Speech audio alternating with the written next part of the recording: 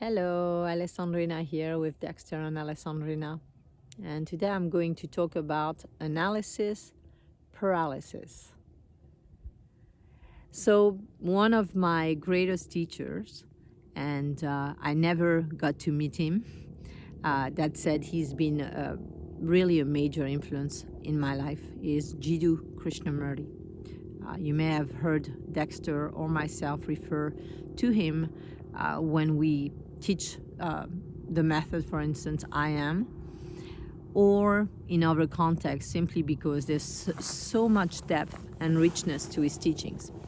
So when I talk about analysis paralysis, I think very much about Jiddu Krishnamurti, who has talked about analysis paralysis and has said that essentially when we begin to analyze everything using the analytical mind, well, we become paralyzed because there's just so much information, so many emotions, so much of the past that comes up that it paralyzes us into inaction. So, in my perspective, analysis can be very helpful at the beginning of one's journey, meaning that as we're evolving and getting to understand the world and assessing our own process of growth and emotions and relationship, analyzing and intending to understand and dissect and make interpretations about things can be very helpful. And there comes a time where then it becomes paralyzing. And what I mean by that is that if in order for you to choose to let go, for instance, or to choose to forgive, or to choose to free yourself from judgment, or from shame, or from guilt, to transcend dynamics of control, dynamics of destruction, dynamics of dominance, dynamics of anything that's not useful in the world. If you need essentially to analyze and to understand each situation specifically and why and how, you can really get lost. And it's not necessarily going to help you make the most conscious choices. So it can be very useful once we've gone through the stage of analysis and we've understood a lot about, for instance, negative emotions. So right now I'm talking in the context of negative emotions, for instance, or fears or beliefs.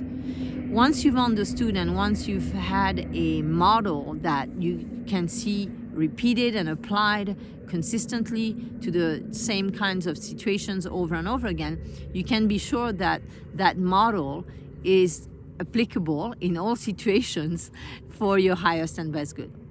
So every time that you feel sad, angry, that you feel resentful, hateful, that you feel frustrated, that you feel any form of negative emotion or fear, or that you have a limiting belief about yourself, or that you're expressing a judgment of yourself or others, or that you have an expectation that is unmet and bringing you disappointment or frustration, you can be sure, without analyzing why, that it's useful to let go, to forgive yourself, to really transcend the negative emotion in that moment without having to analyze anything. And a lot of traditions, spiritual traditions, use the heart as a center of awareness, center of consciousness. And being in your heart is very helpful because it is a process of essentially transcending all of the negative emotions that I just described. So being in your heart all the time, and I don't use the absolute words very often because I understand that that's, again, a state of limitation. And in this instance, I invite you to really be in your heart all the time. Now, does that mean that you'll be in your heart all the time? No, because we have subconscious minds, so we will be in our hearts when we remember to be in our hearts, and we will begin to train ourselves to be in our hearts more. And there'll be times where our root chakras get triggered and we're in our root chakra. There'll be times where we are interacting in an emotional way and we are in our second chakra, and and on and on. And that's okay.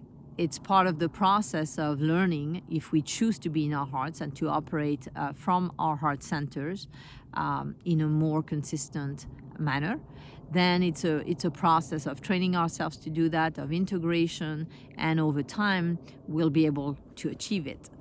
So, analysis paralysis. You don't need to analyze all aspects of your life, of yourself, to have a deep understanding about what are your own personal values, what are your core intentions in life, and following those. And then again, learning to evolve your consciousness, to evolve yourself, your communication, your interactions, based on a loving, conscious, present process, grounded process, rather than a process that involves, again, shame, guilt, judgment, punishment, and all the negative emotions that don't serve us in the process of evolution.